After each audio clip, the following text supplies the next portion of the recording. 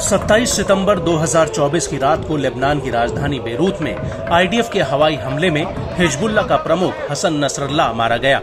Nasrallah के साथ ईरानी सेना के कई कमांडर भी इस हमले में ढेर हो गए और इस हमले के बाद से ही इजराइल पर ईरानी हमले का खतरा मंडरा रहा था, जो एकदम सच साबित हुआ। दरअसल 1 अक्टूबर 2024 की रात को ईरान ने एक साथ इजराइल पर करीब 200 से ज्यादा मिसाइलें फायर कर दी। हालांकि इजराइल के अनुसार इनमें से अधिकतर मिसाइलों को इजरायली एयर डिफेंस सिस्टम और अमेरिकी सेना ने इंटरसेप्ट कर लिया था।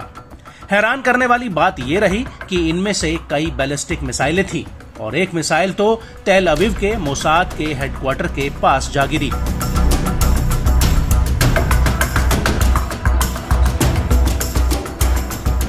जिससे जमीन में कई फुट गहरा गड्ढा तक हो गया। हालांकि जब ईरान ने यह हमला किया तो उससे कुछ ही घंटों पहले इजराइल को इसकी भनक लग गई थी और उसने अपने नागरिकों को तुरंत बम शेल्टर में रहने के लिए कहा था। लेकिन बड़ा सवाल ये उठता है कि आखिर ईरान ने इजराइल पर कौन कौन सी मिसाइलें दागी। तो आपको हम बता दें कि ईरान ने इजराइल पर जो हमला किया उसने इस हमले को ऑपरेशन ट्रू प्रॉमिस 2 का नाम दिया है। इस हमले में ईरान ने घादर और इमाद के साथ साथ फतेह हाइपरसोनिक मिसाइल फायर की है। आपको बता दें कि फतेह मिसाइल को पिछले साल जून 2023 को ईरान ने दुनिया के सामने पेश किया था। ईरान के supreme leader Ayatollah Ali Khamenei ने इस मिसाइल का नाम फतेह रखा था। फतेह मिसाइल ठोस ईंधन से चलती है और ये एक सटीक गाइडेड 2 स्टेप मिसाइल है। इसकी रेंज 1400 किलोमीटर है और इसे मध्यम दूरी की बैलिस्टिक मिसाइल कहा जाता है।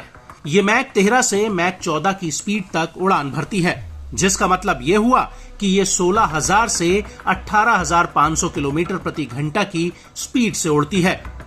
ये हाइपरसोनिक स्पीड की निचली सीमा यानी मैक 5 से 3 गुना तेज है। इसे इंटरसेप्ट करना बेहद ही मुश्किल है। इसमें एडवांस रॉकेट इंजन, उच्च तापमान रोधी मटेरियल और जटिल गाइडेड सिस्टम लगा हुआ है। नवंबर 2023 में ईरान ने फतेह 2 मिसाइल लॉन्च की थी। फतेह 2 भी ठोस ईंधन से चलती है। ये उड़ने वाले विस्फोटक को ले जा सकती है, इसलिए इसे हाइपरसोनिक क्रूज गाइडेड व्हीकल कहा जाता है। फतेह 2 की रेंज 1400 किलोमीटर तक है। ये 12 मीटर तक लंबी है और 4100 किलोग्राम वजनी है। फतेह 2 के दूसरे चरण का वजन 500 किलोग्राम है, जो 200 किलोग्राम तक विस्फोटक ले जा सकती है। घादर मिसाइल की बात की जाए तो ईरानी सेना ने इसे 2005 में अपने बेड़े में शामिल किया था। ये Shahab 3 medium range ballistic missile का नया वर्जन है।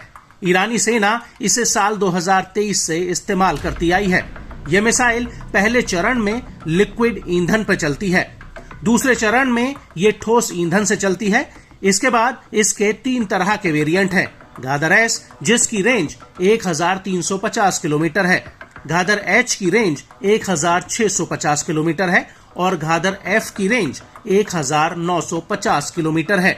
इसकी लंबाई 15.86 से 16.58 मीटर है। इसका वजन 15 से 17.5 टन के बीच है।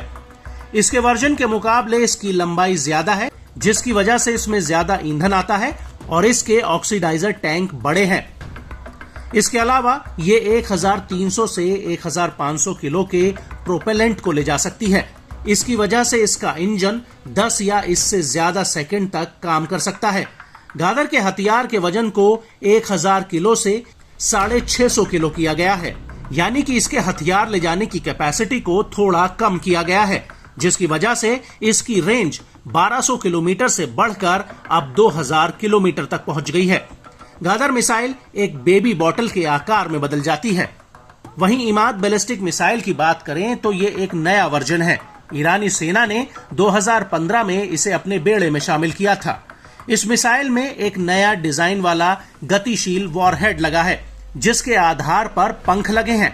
ये वायुमंडल में दोबारा प्रवेश करके अपने टारगेट की तरफ बढ़ सकती है। ईरान के मुताबिक इसे प्रभावित बिंदु तक गाइडेड और नियंत्रित किया जा सकता है, जिसकी वजह से ये मिसाइल टारगेट पर सटीक और निर्देशित हमला करती है।